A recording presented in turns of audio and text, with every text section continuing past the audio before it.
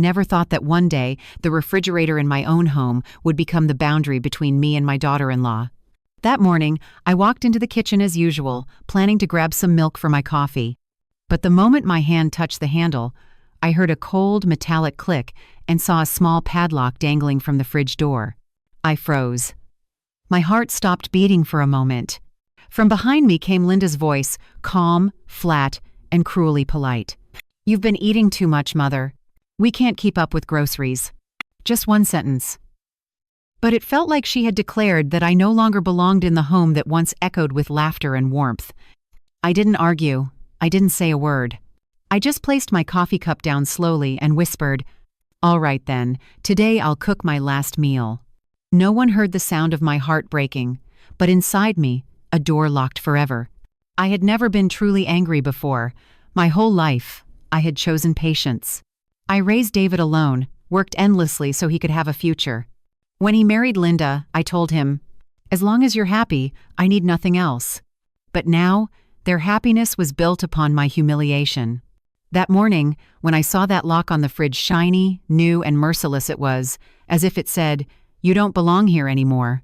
Linda's voice cut through the air, cold as steel. "You eat too much." I had to lock it so there'd be enough for us. I turned to her. "What did you just say?" My voice trembled not from fear but from fury. "I'm just being honest," she replied. "You're old, Mother. Why eat so much? Save it for us." I laughed. A broken, bitter laugh that tasted like iron. I looked around the kitchen, the place where I had cooked every meal, washed every cup, and saved every leftover so nothing went to waste. And now, I was treated like a burden. David stood on the stairs, silent. No defense, no words.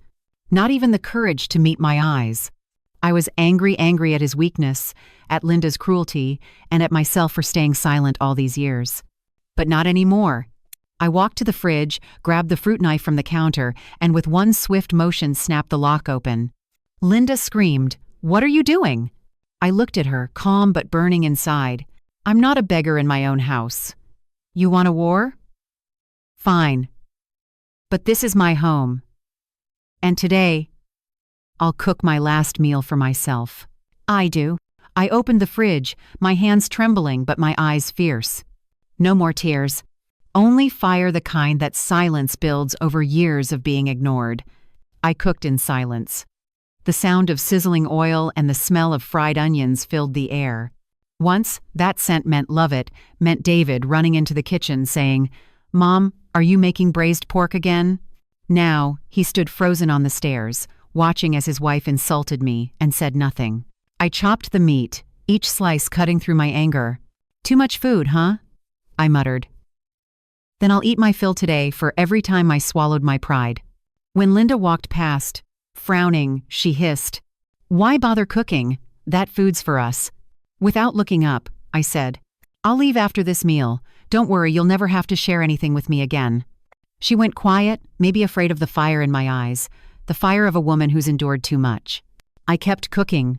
Each clatter of the knife, each boil of the pot sounded like a heartbeat, loud, fierce, alive.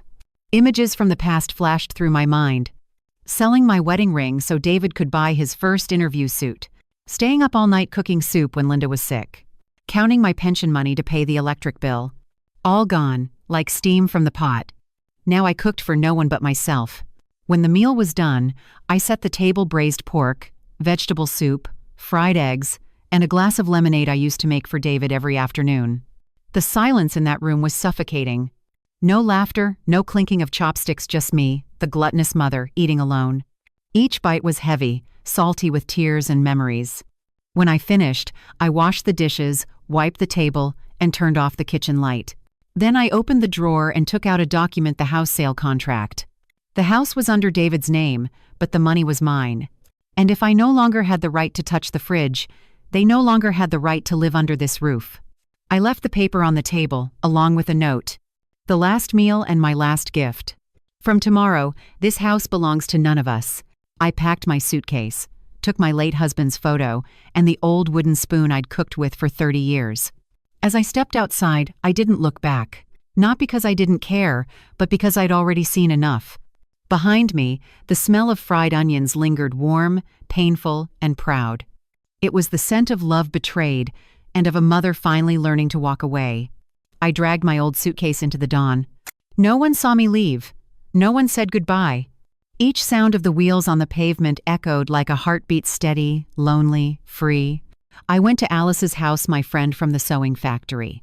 She opened the door, stared at me quietly, and said, "Come in. There's always room for you here." I sat down, and the tears came not from sorrow, but from relief. Alice's home was small but warm. The smell of coffee and toasted bread filled the air. I slept on a folding bed by the window. That night, I couldn't sleep. Through the curtains, I could still see the faint light of my old house. I imagined Linda there, opening that fridge, smiling as if nothing had happened. And I lay there, listening to the rain on the roof, feeling something inside me heal. The next morning, Alice said, "You were right to be angry.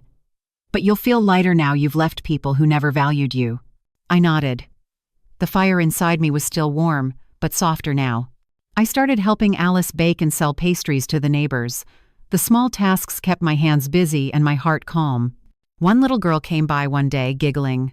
"Your cakes smell so good." Though, that simple kindness almost made me cry. Sometimes, one gentle word is enough to warm a heart frozen by cruelty. In the evening, I sat on the porch, sipping tea. From afar, I could still see the roof of my old house, silent, unchanged. I no longer hated. I only felt pity. People can lock a refrigerator, I thought, without realizing they've also locked out love. I smiled faintly and whispered to myself, "It's all right. I left the house, but my heart is still warm. Ina." Just then, my phone rang. On the screen flashed a name I hadn't seen in weeks. David. I froze. For a moment, I didn't move. Then, slowly, I pressed answer. I never thought I'd hear my son's voice sound so broken. "Mom, are you okay?" David's voice was hoarse, as if he'd been crying. I took a deep breath and steadied myself. "I'm fine. I'm staying with Alice now. Why do you ask?" There was a long silence before he spoke again, his voice trembling. "I'm sorry, Mom. I didn't know Linda would go that far. We've been fighting all week because of it." I could hear his breath hitching, and though I tried to keep my voice calm, something inside me softened. "And now?" I asked quietly. "Is that lock still there?" "No, I took it off. I tried to cook dinner, but when I saw your empty chair, I couldn't eat a thing." My chest tightened. That kitchen, once so warm and full of laughter, must now feel cold and hollow. "Come home, Mom," David pleaded. "I know I failed you. I should have stood up for you. I don't want our home to feel empty anymore. Please come back." I looked outside. The wind brushed through the trees, whispering softly. Yes, I was still angry. I could still feel the sting of Linda's words and the chill of that locked refrigerator.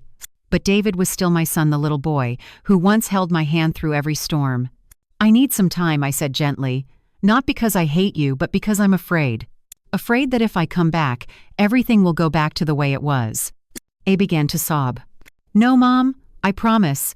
I won't let anyone hurt you again. Just come back. Make your soup again. I want to smell it in the house." A tear dropped into my teacup, merging with the steam that was fading away. "All right," I whispered. "I'll think about it." "I'll wait," he said softly. When the call ended, silence filled the room once more. I set the phone down, my hands trembling slightly. Outside, the streetlights cast a warm glow through the window. "Isaihed. Maybe it's time to go home," I murmured. Not to forgive them, but to find peace within myself. 3 days later, I returned. Not because the anger was gone, but because a mother's heart never truly closes to her child. I carried only a small bag, some clothes, a tin of tea, and an old notebook. I left my bitterness behind at Alice's house, along with the sleepless nights and the tears. When the taxi stopped at the gate, I looked up at the house. The red roof tiles, the trees swaying softly in the breeze, it all looked the same. But I was not the same. I was no longer a woman afraid of being hurt. I came back not to beg, but to reclaim the respect that should have been mine all along. The door opened. David stood there, thinner, tired, but his eyes brightened when he saw me. "Mom," he breathed, then ran forward and wrapped his arms around me. I stood still, resting my hand gently on his shoulder. "Don't cry," I said softly. "I'm just here to see if this house can still breathe." When I stepped into the kitchen, the lock was gone. On the table lay a small note in David's handwriting. "I'm sorry, Mom. I'll never let it happen again." Beside it was a bowl of steaming chicken soup, his favorite. The smell of fried onions filled the air, carrying me back to better days.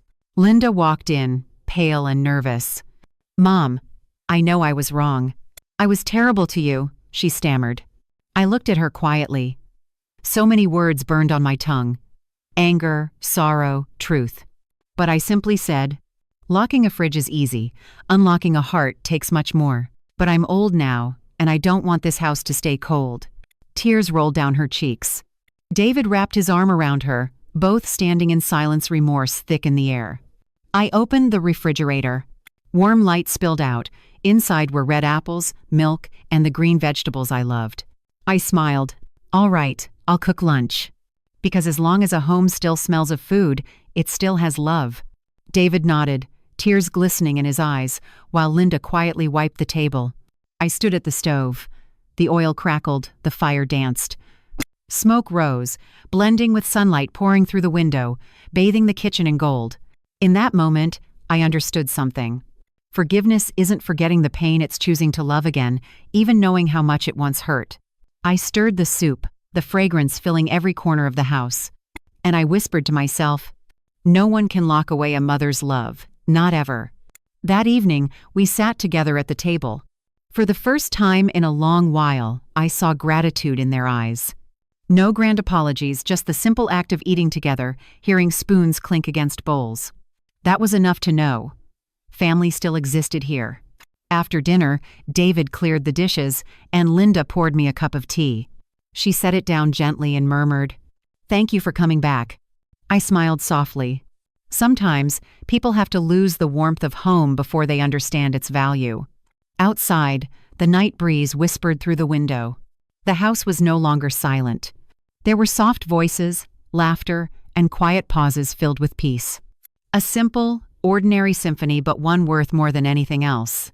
I know there will still be arguments, differences, but now they've learned to open doors instead of locking them. And maybe that's what life was trying to teach us all along. You can't lock away love. No matter how cold it gets, a little kindness will always let the light back in. I looked out the window where the moon cast a gentle glow over the rooftop, and I whispered to myself, and to anyone listening, if you've ever been hurt by the ones you love, remember this. Forgiveness isn't weakness. It's the strength of those who love the deepest. Thank you for listening to my family drama story today. If this story touched your heart, please leave a comment and share your thoughts. And don't forget to subscribe for more family drama stories. Stories that are warm, real, and full of the quiet strength of love.